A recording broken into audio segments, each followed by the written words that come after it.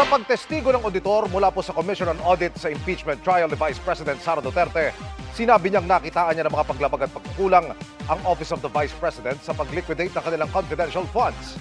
Kabilang sa mga nabanggit na tumanggap ng confidential funds sina Mary Gay Iatos, Andy Lim at Alejandro Piquet. Nakatutok live si Sandra Aguinaldo. Sandra.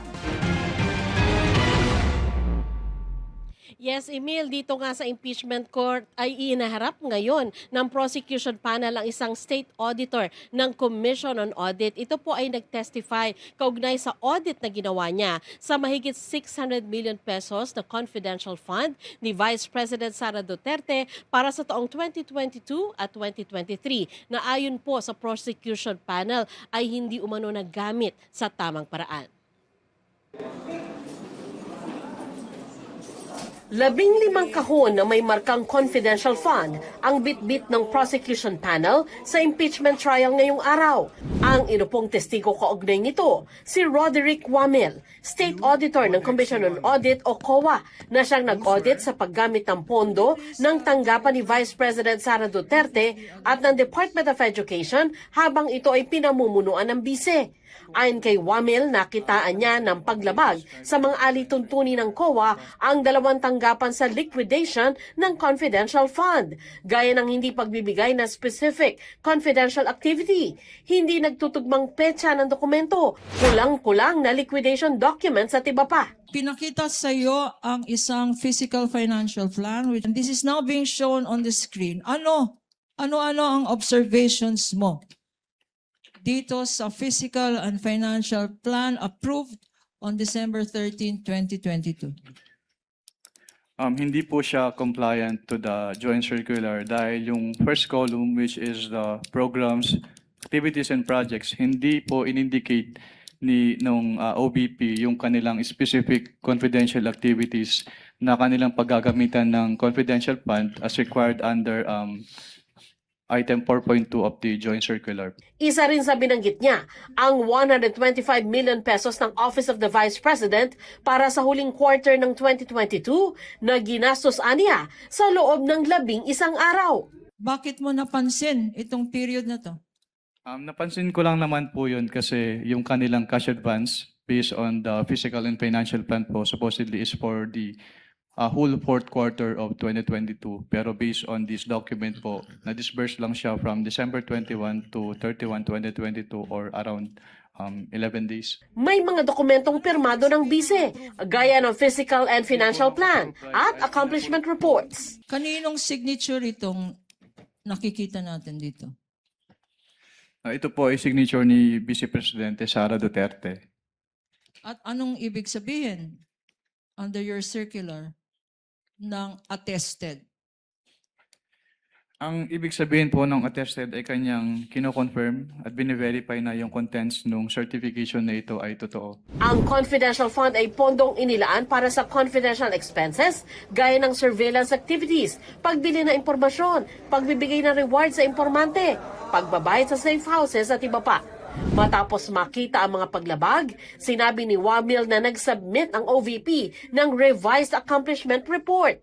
Pero may nakita pa rin ilang gastos na hindi pinahihintulutan. Based on this document po, some of the line items as presented po na confidential expenses ay hindi among the allowable expenses under item 4.8 of the joint circular. Yung provision of medical and food aid for 40 million pesos at yung payment of incentives or traveling relative to confidential operations na 10 million pesos. Nakita rin ng COA na ginamit ang confidential fund pambili ng lamesa, upuan, computer, pero wala raw resibo, kundi acknowledgement receipt lang. May napansin din siya sa petsa ng ilan sa mga ito. Napansin ko na some of the payments were dated December 2023. Which is beyond the scope po nung covered ng kanilang cash advances. And yun nga po, katulad nung nasabi ko kanina, may mga payment of rewards po sila. Either in cash, in medicines, and in various goods. Pero wala na po silang sinamit na any document na support or evidence, document evidencing the success of the information gathering activity on account of the information given by the informer. Binanggit sa korte ang ilan sa mga tumanggap ng pera, bukod pa sa isang Mary Grace Piatos. So ina-acknowledge ng isang Mary Grace Piatos na tumanggap siya ng magkano? Based from this acknowledgement receipt po, tumanggap po si Mary Grace Piatos ng 70,000 pesos for the payment of rewards, close and open parenthesis, medicines. Pag merong pangalang Mary Grace Piatos, kayo ba ay nag-i-investigate o kasama ba ng post-audit nyo ang mag-ascertain sino ba itong Mary Grace Piatos?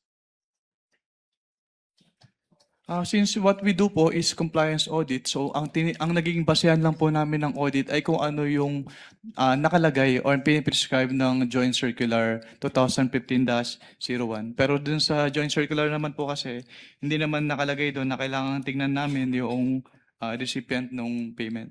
In the name of Odi or Andy C. Lim for 50,000 pesos.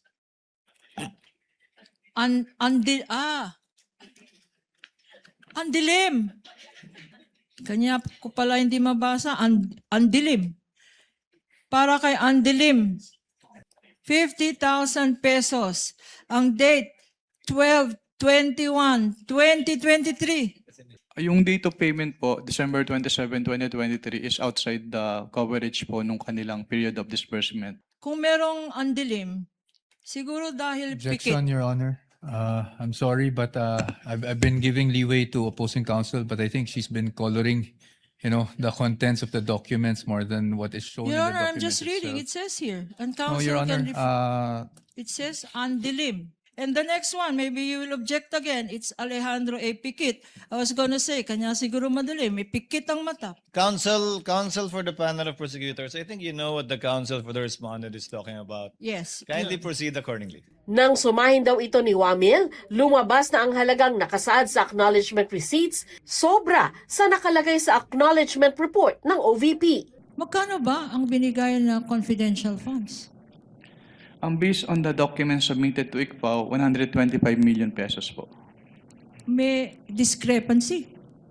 Hindi tugma, 150,000 na butal. Based on the documents po, yes, may discrepancy po yung acknowledgement receipts and the accomplishment report.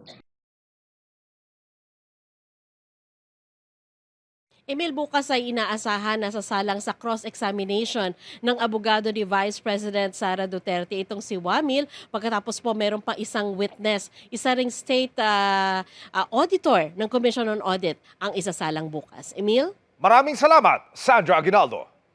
Wala umanong pasabog ang prosekusyon sa impeachment trial kanina ni Vice President Sara Duterte. Ayon sa kanyang defense team. Punto ng isa sa defense lawyer na si Vice na si Attorney Michael Poa, mga lumabas ng resulta ng pagsasiyasat ng Commission on Audit o COA ang mga pinresinta kanina ng prosecution witness na State Auditor ng Commission on Audit o COA na si Roderick Wamil na siyang nag-audit ng confi funds ng Vice. Wala naman po dahil sa aming pananaw, yan naman na ang lumabas sa COA findings. Pina-identify lang naman sa COA kung ano yung kanilang naging findings. So kumbaga, nothing that we haven't read before. No, I think ang hindi lang nasasagot ng COA pa sa ngayon is ano yung nangyari after ng mga findings nila. Nanindigan naman ang prosekusyon na malinaw na naipakita nilang winaldas ng Vice ang confidential funds ng kanyang opisina. Madali ang ginastos, hindi tugma-tugma yung dates at hindi tama yung kanilang binigay na mga documentary evidence. Klaro, nung binigay po sa kanya itong pera na to, pinagkatiwalan ng taong bayan, hindi po niya ginamit ng husto at maayos. Taong bayan ang buong nabudol eh. Ilang bahagi ng bansa ang sinalanta ng Bagyong Luis, habagat at localized thunderstorm. May mga binaha at nakapagpatala pa ng landslide habang may bangkang pinalubog ng malalaking alon. Nakatutok si Joseph Moro. Nalubog sa bahang ilang kalsada sa Muñoz, Nueva Ecija kasunod ng mga pag-ulang dala ng Bagyong Luis. Ang ilang residente napilitang sumuong sa tubig para makatawid. Nagmistulang ilog din ang kalsadang ito sa Dagupan City, Pangasinan matapos sa mga pag-ulan. Nakadaan pa naman ang mga sasakyan pero bahagyang bumagal ang takbo dahil sa baha. Apektado rin ang baha dahil sa high tide at epekto ng bagyo ang mahigit 50 kabahayan sa Barangay Poblacion Oeste. Sa monitoring ng mga opisyal ng barangay, umapaw na ang Carinan Creek. Nagka-landslide naman sa Dipakulaw, Aurora kung saan itinaas ang wind signal number 1 dahil sa bagyong Luis. Tumaas din ang tubig sa spillway kaya pinayuhan ng mga otoridad ang mga residente at motorista na magdoble ingat. Dahil sa masamang panahon, sinuspende ang mga klase ngayong araw sa lahat ng antas sa pribado at pampublikong paaralan sa 6 na bayan ng Aurora. Sa ilang bahagi naman ng Isabela, bumuhos ang malakas na ulan at may pabugso-bugsong hangin. Kabilang din ang Isabela sa mga isinailalim ng Pag-asa sa wind signal number 1 dahil sa bagyong Luis. Inabot at natabunan naman ang baha ang bahagi ng Maluno Bridge sa bayan ng Benito Soliven. Ganyan din ang nangyari sa Gucab Bridge sa bayan ng Itsyagi. Ramdam din ang maulang panahon sa Lawag, Ilocos Norte. Biyayayang may tuturing ng ilang magsasaka dahil sa kulangan ng supply ng tubig nitong mga nakaraang buwan. Mahigpit na minomonitor ng Office of the Civil Defense ang nasa 1,129 na barangay sa rehiyon dahil sa banta ng flash flood at landslide. Ito po specifically yung sa mga low-lying areas po natin and yung mga malalapit po sa atin pong mga river systems. Ayon sa Pag-asa, bukod sa bagyong Luis na nagpaulan, sa malaking bahagi ng Luzon may habagat at localized thunderstorms din na nakaapekto sa iba pang panig ng bansa. Sa Bohol, nasagip ang isang mangingisda na lumubog ang bangka matapos umanong lamunin ng malalaking alon. Ayon sa Philippine Coast Guard, nasa maayos na itong kalagayan at ligtas na nakauwi sa kanyang pamilya. Joseph Morong, Nakatutok 24 Oras.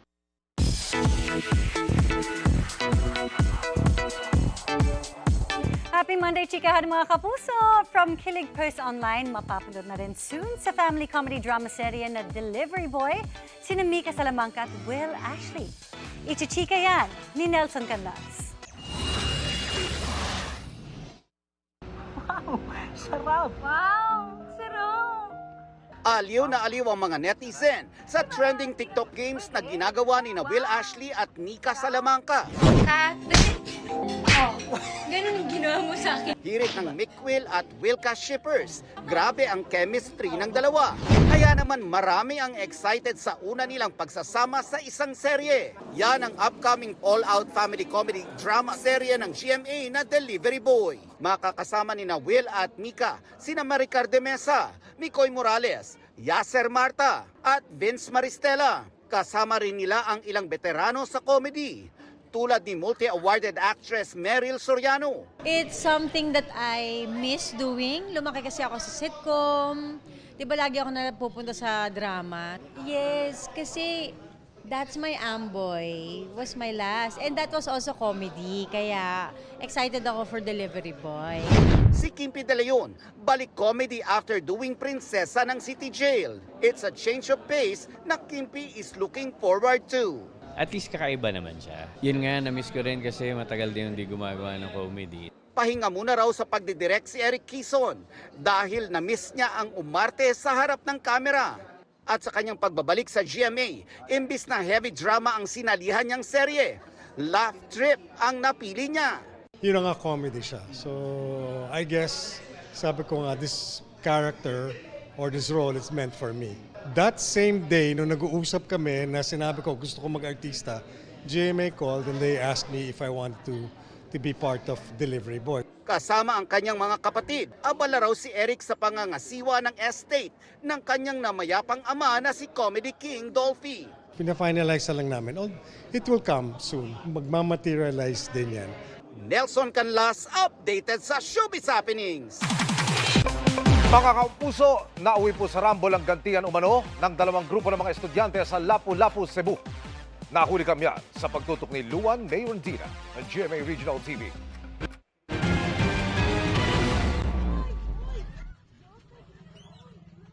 Gabi na nitong Huwebes nang magkarambolan pa sa kalsada ang ilang estudyante ng Maribago High School sa Lapu-Lapu, Cebu. Kasunod ng kuhang yan ng netizen na si JP. Kita sa isa pang hiwalay na video ang isang grade 8 student habang nakalugmok sa kalsada.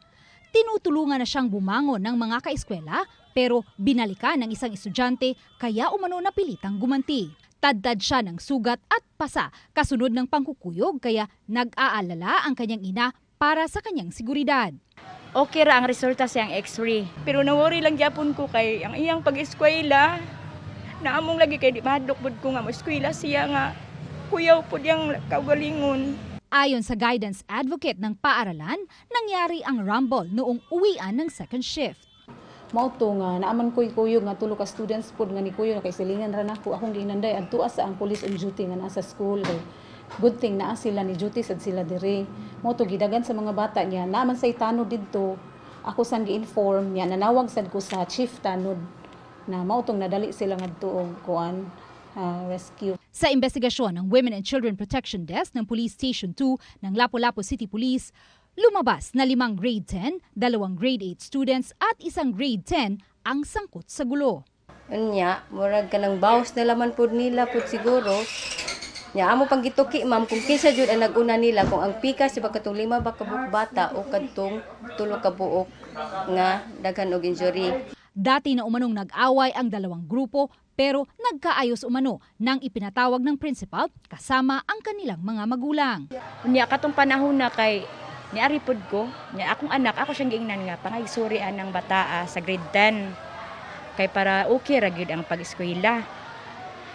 Nangayo ko na siyang pasaylo ato pero wala gidawat kay giblakan siya sa iyang kauban nga ayaw pagsugot nga mangayo siya sorry. Ayon sa guidance advocate, hindi sila nagkulang sa paggabay sa kanilang mga estudyante.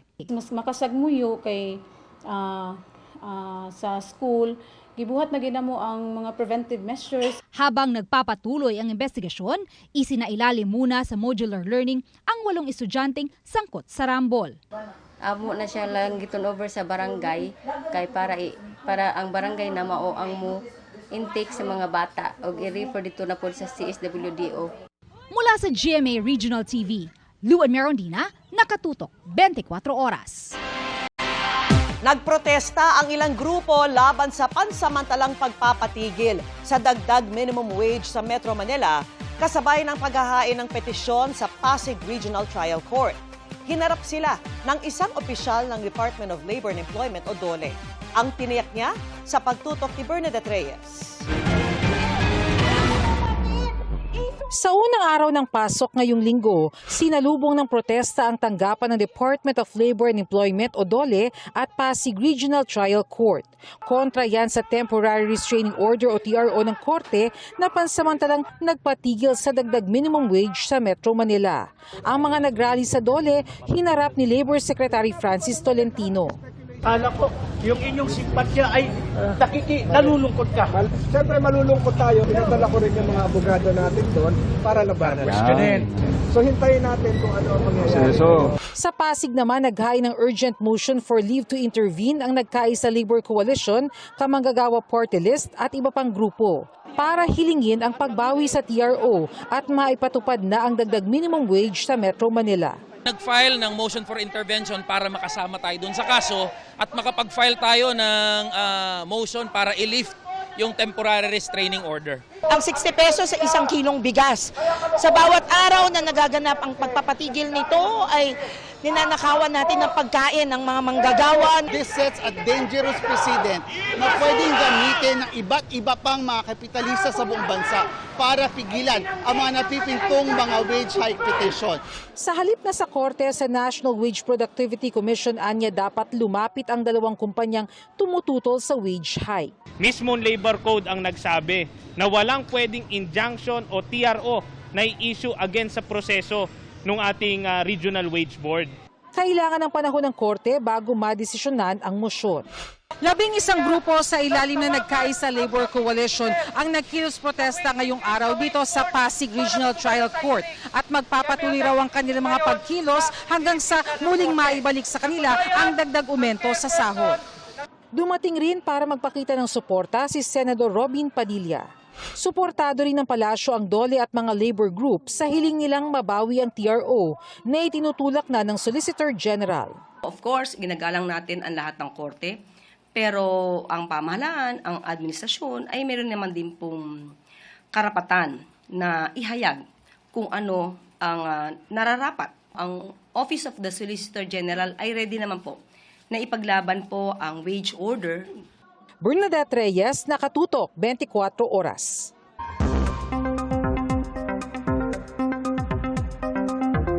At tutukan na natin ang latest sa Bagyong Luis. Ang update yan at sa isa pang bagyo sa labas ng Philippine Area of Responsibility, iakatid ni Amor La Rosa ng GMA Weather Center.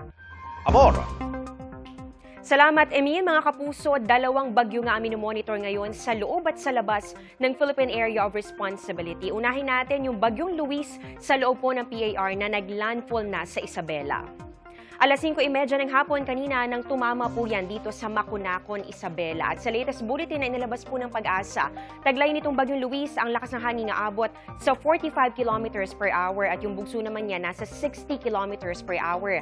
Ang pagkilos po nito ay pahilagang kanluran o northwest sa bilis na 20 kilometers per hour. Dahil po dito sa Bagyong Luis, nakataas ang wind signal number 1 sa central at eastern portions ng Cagayan, Babuyan Islands, Isabela, Quirino, eastern at southern portions ng Apayao, eastern portion ng Kalinga, eastern portion ng Mountain Province, ganun din sa eastern portion ng Ifugao at northern portion ng Aurora. So asahan po dito sa mga nabanggit na lugar, yung pabugsong-bugsong hangin na may kasamang mga pag-ulan. Sa magiging pagkilos naman ng Bagyong Luis, pagkatapos nga ng landfall nito ay unti-unti na po yang magre-recurve o kumbaga po ay liliko paiwas po dito sa ating bansa. Habang papalayo yan ay hihina rin po ito mula po sa pagiging tropical depression ay magiging low pressure area na lamang pagsapit ng Miyerkules. At bilang low pressure area, yung mga kaulapan po nito ay sasanib o sasama naman sa sirkulasyon ng mas malaki at mas malakas sa bagyo na nasa labas po ng Philippine Area of Responsibility. Yan yung typhoon na may international name na Dolphin na huli pong namataan, mahigit 2,000 kilometro ang layo mula po yan sa east-northeast ng extreme northern Luzon. Taglay po ang lakas ng hangin nga abot sa 150 kilometers per hour. Yung bugso naman nasa 185 kilometers per hour at yung pagkilos po niyan ay pa west-northwest sa bilis naman na 25 kilometers per hour. So ayon po sa Pag-asa, lalapit yan at hindi pa rin po natin inaalis yung chance na pumasok pa rin yan dito sa ating PAR. Kung sakali man na matuloy yung pagpasok at bahagya nga po pumasok dito sa ating boundary, papangalanan itong Maymay. Pero mga kapuso, depende pa naman po yan. Sa ngayon ay mababa pa naman yung chance na mangyari ito. Pero syempre patuloy po nating i-monitor. Pagdaan yan dito sa hilaga o kanto nitong ating PAR, dadaan po yan dito sa may northern portion ng Taiwan bago mag-landfall dito sa bahagi naman ng China. Ang mas dapat po nating paghandaan ay yung lalong pag-enhance o pagpapalakas po nitong paparating na bagyo dito po sa habagat o southwest monsoon. So yung bagyong Dolphin, hindi po natin inaasahan na magla-landfall sa anumang bahagi ng Pilipinas, pero palalakasin yung habagat na magpapaulan sa malaking bahagi po ng ating bansa. Mas malakas yung habagat, mas maulan. Sa rainfall forecast ng Metro Weather para bukas, umaga pa lang may chance po ng ulan dito sa may Central Luzon. Concentrated po dito yung malalakas sa buhos ng ulan, kaya doble ingat po. Pagsapit ng hapon, halos buong Luzon na po ang makakaranas sa mga pag-ulan. Hindi na lang po sa Northern at Central Luzon, kasama na rin po ang Calabarzon, Mimaropa, ganun din po ang NCR and Bicol Region. May mga matitinding buhos ng ulan na pwede pong magdulot ng mga pagbaha o landslide. Dito sa Metro Manila, may chance na rin po ng ulan sa ilang lungsod sa umaga po yan at mas malawakan na yan pagsapit ng hapon at pwede ring maulit sa gabi. Umaga bukas, may mga kalat-kalat na ulan na rin po sa Visayas at pagsapit po ng hapon at gabi, mas marami na yung uulanin kasama po dyan ang Western Visayas, ganun din po ang Negros Island Region, ganun po dito sa Mindanao, kasama po ang Zamboanga Peninsula, Northern Mindanao, Caraga at ilang bahagi ng Davao Oriental. Yan muna ang latest sa ating panahon mula sa GMA Weather Center. Ako po si Amor La Rosa, serbisyong totoo ng GMA News. Patay matapos barilin umano ng kanyang bayaw ang isang senior citizen. Ang tinitingnang motibo ng pulisya, away sa lupa. Nakatutok si James Agustin. Bumangga ang SUV na ito sa gate ng isang bahay sa barangay PL Baliwag, Bulacan. Matapos pagbabarilin ng driver nito pasado alas 7 ng umaga kahapon. Dead on the spot ang 80 anyo sa lalaking biktima na residente ng San Luis, Pampanga. Siya po ay nanggaling sa isang tindahan kung saan po siya ay regular na bumibili ng pandesal at nung oras na yon siya na ay pauwi. May tama siya ng baril sa Sa dibdib, 2, at sa ulo, 2 din. Bali, 4 na kanyang kinasawi. Bago ang insidente, nahagip sa CCTV ang isang lalaki nakasakay sa motorsiklo, nakasuot ng jacket at face mask. Ilang saglit pa bumalik siya. Pagpasok ulit sa kalsada, halos kasunod na niya ang SUV ng biktima. Hindi nakunan ng aktwal na pamamaril. Ayon sa pulisya, ang lalaki nakasakay sa motorsiklo ang sospek. Nahagip sa CCTV ang pagtakas niya. Makalipas ang ilang oras na aresto ng pulisya ang sospek sa kanyang bahay sa San Luis, Pampanga. Ayon sa pulisya, bayaw ng biktima ang 61 anyos na sospek. Nabawi sa kanyang damit at sinakyang motorsiklo. Nakuha rin ng isang baril na kargado ng mga bala. Walang maipakitang dokumento ang sospek. Tukoy natin itong suspect dahil yung isa sa mga witnesses, no, ay nakita niya itong suspect na yun yung damit bago nangyari yung krimen, at natuntun natin ito doon sa witness na nagsasabing doon din siya nakatira sa lugar na yon, at dahil nga doon sa may CCTV rin tayo nakita. Ang nakikitang motibo ng pulisya sa krimen, away sa lupa. Mana nila, at ito nga yung sakahan na kung saan nakuha ng biktima yung titulo dahil ito po ay nakasanla sa bangko. At hindi nila ito pinalam sa mga kapatid, at sila na yung namamahala at umaani sa sakahan na kanilang natubos. Nakakulong ang sospek sa Baliwag City Police Station.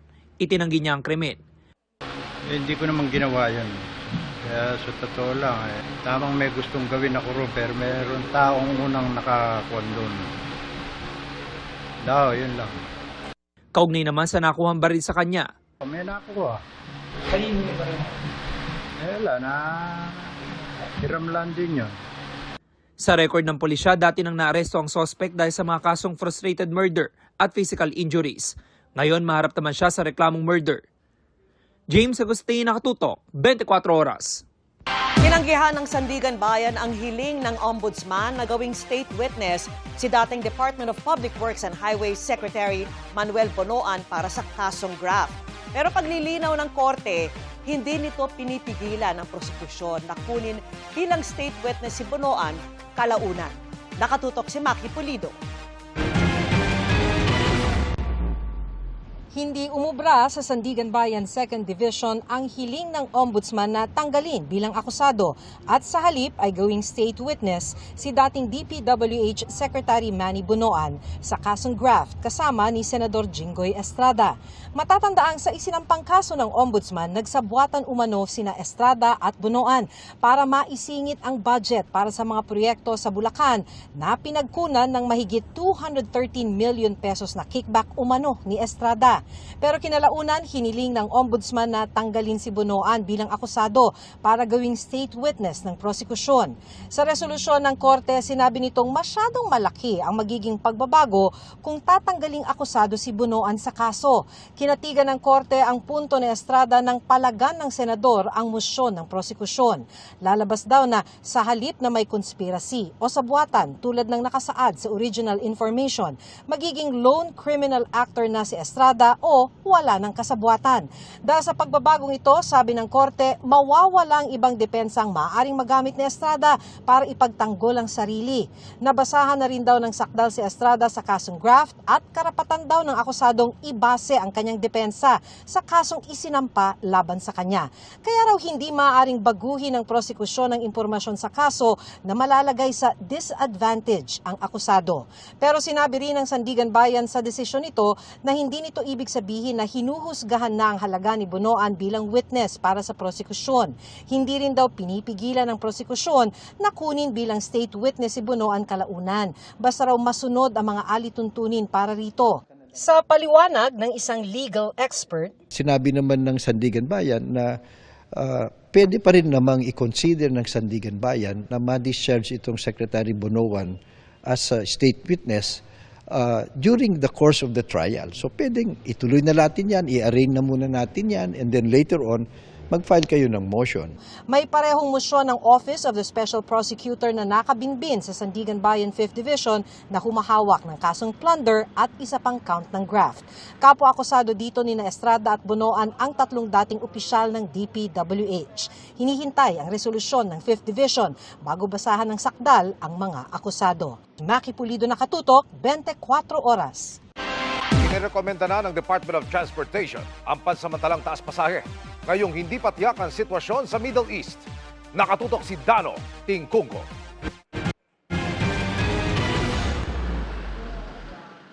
Ngayong linggo, konting pahinga para sa mga motorista. Matapos kasi ang sunod-sunod na taas presyo sa krudo, inanunsyo ng DOE na simula bukas magkakaroon ng rollback sa gasolina, diesel at kerosene. Pero hindi tulad ng mga big-time increase, wala pang piso ang rollback. 73 centavos sa gasolina, 60 centavos sa diesel, sa kerosene naman 2 pesos and 9 centavos kada litro. I know that many of you are still feeling the weight of the past week's increases, but every rollback matters. This also shows the fact that the Middle East conflict is still volatile, and we still have to brace ourselves and be prudent in our spending. Hindi po natin alam ano pang mangyayari pa sa susunod na mga linggo. Kung mag-escalate ang away, then the prices go up. Dahil hanggang ngayon wala pa rin kasiguruhan ang sitwasyon sa Middle East, inanunsyo ng DOE na magpapatuloy pa rin ang fuel subsidy sa mga pampublikong sasakyan o yung 10 pesos kada litrong diskwento na hanggang 150 liters ang pwede kada linggo sa mahigit 2,700 na gasolinahan sa buong bansa. Sa datos ng DOE, nasa mahigit 403 million pesos na ang kabuuang fuel subsidy na naipamahagi na sa mahigit 92,000 na benepisaryo. Sa kabila nito, magsusumite ng rekomendasyon sa Transportation Department ang Land Transportation Franchising and Regulatory Board o LTFRB para sa isang interim fare hike. Ito ay kasunod ng ikalawang pagdinig ng LTFRB sa hinihinging fare hike o taas pasahe ng iba't ibang uri ng pampublikong transportasyon. Pero hindi pa masabi ni LTFRB Chairman Vigor Mendoza II kung magkano ang posibleng interim fare hike. Lahat yan, across the board. So yan ang aming i-compute ngayon. Bukod sa fuel subsidy ng DOE, gusto ring humirit ng LTFRB ng sariling fuel discount sa lahat ng mga pampublikong sasakyan. 4.5 billion for the across the board yan, no? For 1 month. Inanunsyo naman ng grupong Manibela ang isang panibagong tigil pasada sa Lunes. Ngayong araw, dinideklara natin na lahat po tayo ay kasama sa transport flight simula po sa Lunes na kung hindi tayo mapapakinggan at hindi maibibigay itong fare increase na ito, mas malaking transport strike, mas malalaking protesta, lalong-lalo na po dito sa NCR at sa buong Pilipinas. Kanina nagpikit na ang grupo sa harap ng tanggapan ng LTFRB habang dinidinig ang mga petisyon sa taas pasahe. Dano Tingkungko, nakatutok, 24 oras. Mga kapuso, nagsuspindi ng pasok sa ilang lugar bukas dahil sa banta ng Bagyong Luis at hanging habagat. Wala pong pasok sa lahat ng antas sa mga paaralan at sa mga opisina ng gobyerno sa buong probinsya ng Pangasinan.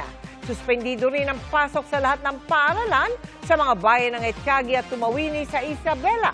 Wala namang face-to-face classes sa Baguio City, buong probinsya ng Bataan at San Fernando sa La Union.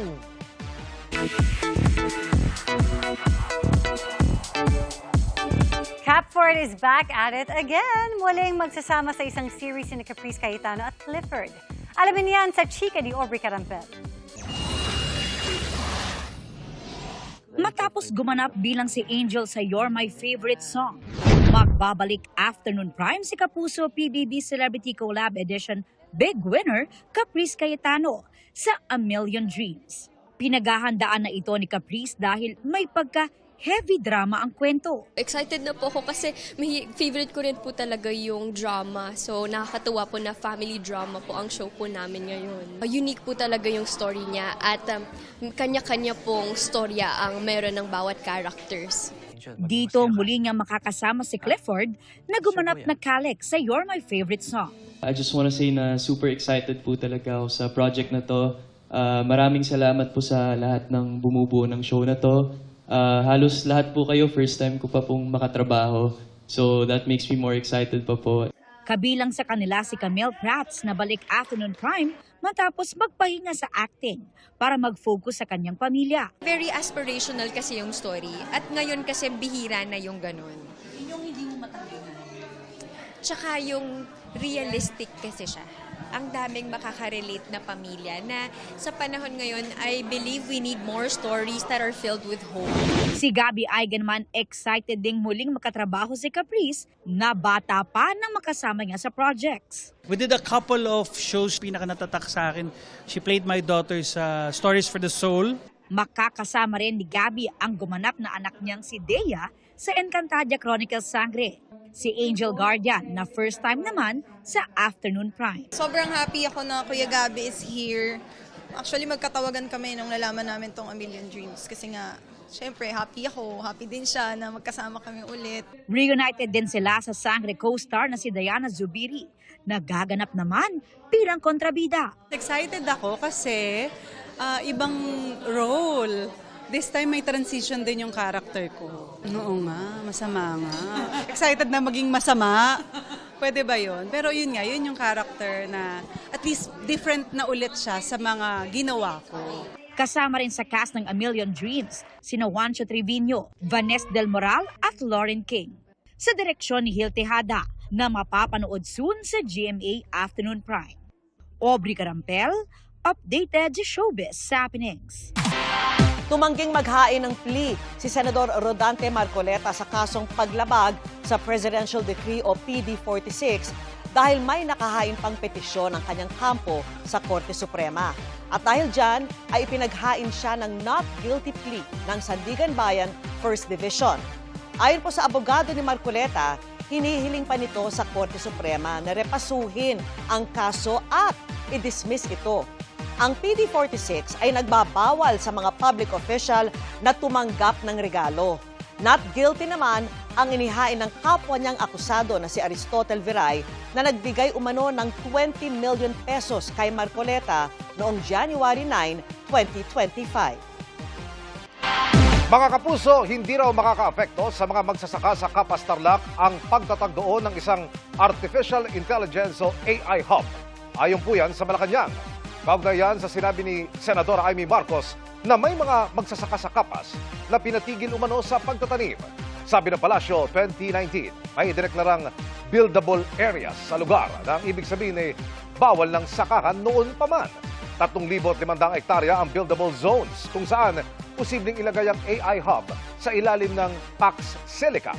Meron din anilang 6,000 hektaryang nakareserba para sa open green spaces, forest reserves, at designated zones para sa upland farming. Dagdag ng Palasyo, patuloy ang pagkonsulta ng Bases Conversion and Development Authority o BCDA sa stakeholders at sa mga ahensya at lokal na pamahalaan na may kinalaman sa issue. Pwede rin anyang makipag-ugnayan sa gobyerno kung may problema para matugunan ito. Patay ang isang lineman matapos makuryente habang nagkukumpuni ng linya sa Mapandan, Pangasinan. Nakasampa sa hagdan ng lineman habang may kinukumpuni sa poste nang bigla itong mangisay. Tila nabitin ng lineman sa hagdan kaya inuga ito ng kanyang katrabaho hanggang sa mahulog ang biktima. Ayon po sa pulisya, aksidenteng nahawakan ng biktima ang live wire. Dead on arrival siya nang isugod sa ospital.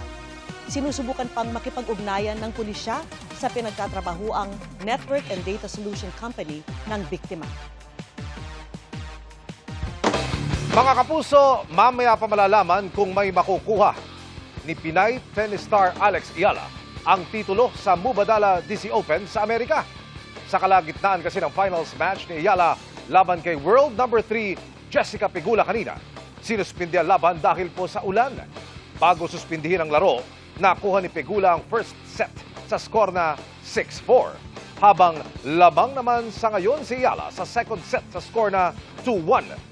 Magpapatuloy ang finals match ni Ayala mamayang alas 12 ng hating gabi. Oras po yan dito sa Pilipinas.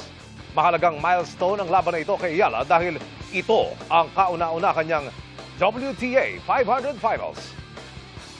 Mula sa mga palasyo at dating tirahan ng mga hari hanggang sa isang minahan na pwedeng tikman.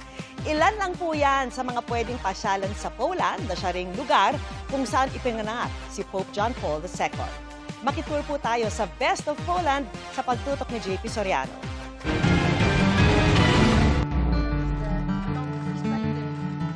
Welcome to Poland, ang tinaguriang the land of vast fields, kung saan hindi lang maganda ang tanawin.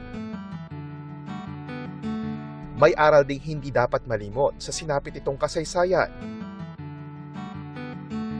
At inspirasyong mahuhugot sa pinakamamahal na Santo Papa ng mundo na dito isinilang. Simulan natin ang tour sa Castle Square, Poplac Zamkowu. Mga kapuso, narito po tayo ngayon sa Castle Square na bahagi po ng Old Town dito sa Warsaw, Poland, na bahagi po ng UNESCO World Heritage Site. Nawasak ang Royal Castle at ang buong Old Town ng ikalawang digmaang pandaigdig, pero matiyagang itinayo ng mga Polish. At isa na sa hinahangaang historic reconstruction sa mundo. Mula sa Castle Square, matutunton ang Royal Route na nag-uugnay sa mga dating tirahan ng mga hari, kabilang ang isang palasyong hindi nasira ng gyera. Narito po tayo ngayon sa Villanov Palace. Dito po tumira ang mga hari at kanilang pamilya noong 17th at 18th century dito sa Poland. At matapos nga po ang monarchy noon ay napunta ang property na ito sa mga aristocratic family. Tinatawag ding Polish Versailles ang palasyong itinayo noong 17th century para kay King John III Sobieski. So sa labas naman, yung kanilang garden na na-preserve nila yung ganda at itsura. Dito nila ginagawa yung kanilang mga royal parties, royal events noong 17th at 18th century. Sa Royal Łazienki Park naman, binubuhay ang musika ng Polish composer na si Frédéric Chopin sa pamamagitan ng libreng piano performances sa paanan ng kanyang monumento.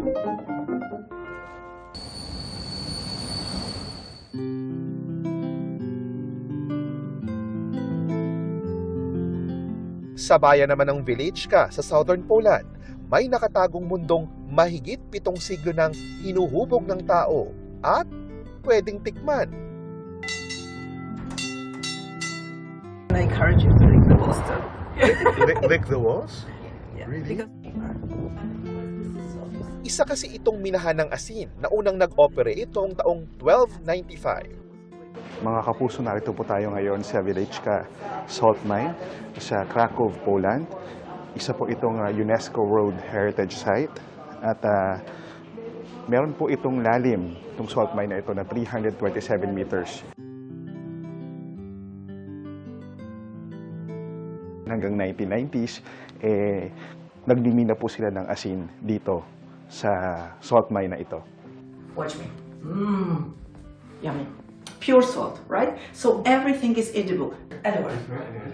But you have to lick your finger first. Okay. And then... No, lick it again. Okay. Yeah, Yes. yeah.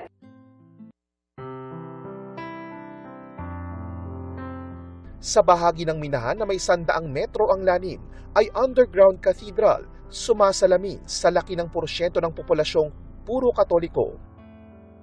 Nililok na asin ang sahig at altar nito. Gayon din ang mga imahen at eksena mula sa Biblia.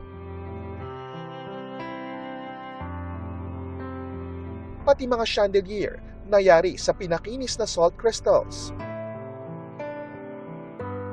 Likha sila ng mga minero at patunay sa kung paanong noon pa lang meron na silang konsepto ng work, life, and faith balance. May relic din ng dugo sa mismong altar, si St. John Paul II.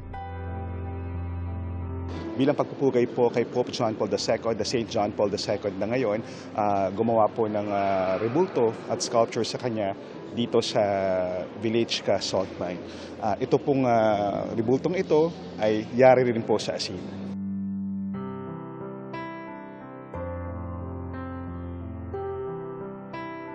Ngayon, tigil operasyon na ang minahan, pero buhay ang kasaysayang inukit na hindi lang ng mga kamay, kundi tiyaga at imahinasyon at pananampalataya. JP Soriano, Nakatutok, 24 Oras. Samantala mga kapuso, 3 bahay ang nasunog sa Barangay Commonwealth, Quezon City. Kaninang madaling araw, nakatutok si Bam Alegre. Sa gitna ng pag-uulan, sumiklab ang sunog sa Doña Nicasia, Barangay Commonwealth, Quezon City kaninang pasado alauna ng madaling araw. 3 residential property at isang kalapit na parking lot ang naapektuhan. Rumesponde ang Bureau of Fire Protection pati mga fire volunteer. Tuluyang naapula ang sunog pasado alas 2 ng madaling araw. Yung pagtagbo namin, madulas yung kalsada po. Siyempre, di maiwasan yung pagtagbo ng mabilisan eh. Ang magkakapit-bahay na nasunugan sa kalapit ng covered court muna magpapalipas ng magdamag. Mabilis daw ang mga pangyayari ayon sa isa sa mga nasunugan. Sunog. Pagkalabog po ng ganon, kinuha ko na po yung susi sa bahay. Kasi po nakandado kami ng lola ko. Kung hindi po ako nagising, mamamatay din po kami sa loob ng lola ko. Pagkabukas ko lang po, nung nakita ko po puro usok na sa labas, umuulan pa. Kaya po ginawa ko, sabi ko, ginising ko yung lola ko. Pumunta ako sa kapatid ko para matulungan kami, para makatawag po ng tulong. Lumabas po ako. Pagdating ko po, saglit lang naman pagtawid ko lang po ng kalsada, bahay na ng kapatid ko. Pagbalik ko talagang wala na po yung bahay na po namin yung nasusunog. Patuloy ang investigasyon ng BFP sa sanhi ng apoy, pati sa halaga ng pinsala. Bam Alegre, Nakatutok, 24 Oras. Simple yet full of love ang birthday celebration ni Ding Dong Dantes kasama ang kanyang pamilya sa Amerika. At bukod pa yan sa sorpresa ng mga kasama niya sa Family Feud at The Master Cutter. Makichika kay Athena Imperial. Literal na Hollywood movie date nila ni Marian Rivera ang natupad na 46th birthday wish ni Ding Dong Dantes this year dahil sa mismong Hollywood sila nag-celebrate. Nag-post din si Yan ng ilang snaps nila sa Amerika. Bukod pa sa earlier heartfelt greeting ni Marian Rivera na sealed with a kiss mula kina Zia at Sixto Dantes. Nagpasalamat si Yan sa pagiging loving husband at amazing father ni Ding Dong sa kanilang pamilya. Nauna nang sinurpresa si Ding Dong ng kanyang mga kasamahan sa Family Feud. Ipa-birthday surprise din ng cast and crew ng The Master Cutter. At may bonus pang birthday greetings. Happy birthday, Tatoy! Alam mo, kahit birthday mo, mukha ka pa rin 25, 20. Happy birthday na, Tatoy, ha? Love you, Biang! Happy birthday. Alam mo, bilib na bilib ako sa'yo kasi hindi ka lang artista, marami mong pang ginagampanan na role. Happy birthday, Atoy! Thank you, Kuya Dong, sa napaka-gandang pagtato mo sa akin. Natupad yung wish ko na makatrabaho ka. Siyempre, di rin nagpauli ang fans na tila napa-throwback pa sa kanilang moments kasama si Ding Dong. Athena Imperial updated sa Showbiz Happenings. At mabilis na chika naman tayo para updated sa Showbiz Happening. Nakakainis yun! Nakatanggap ng sweet birthday surprise si Princess Leia mula sa kanyang mga kaibigan at ex-PBB housemate na sina Ashley Sarmiento at Lela Ford. Reunion feels nga raw ang early birthday celebration na ito dahil muling nagsama-sama ang grupong TAB. From kwentuhan to jamming sessions. Umapaw ang kilig at saya sa fan-meet ni Richard Yap. Sa ngayon, break muna sa work si Richard at more time sa personal life.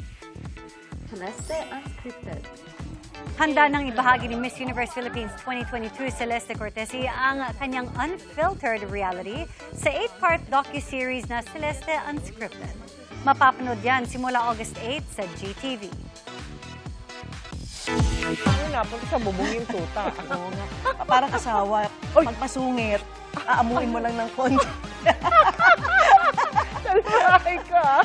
At yan ang mga balita ngayong Lunes. Ako po si Mel Tiangco. Ako po si Emil Sumang. At ako po si Vicky Morales. Gawang GMA News. Walang kinikilingan. Walang pinoprotektahan. Walang kayo. Serbisyong totoo. At dahil hindi natutulog ang balita, nakatutok kami 24 oras.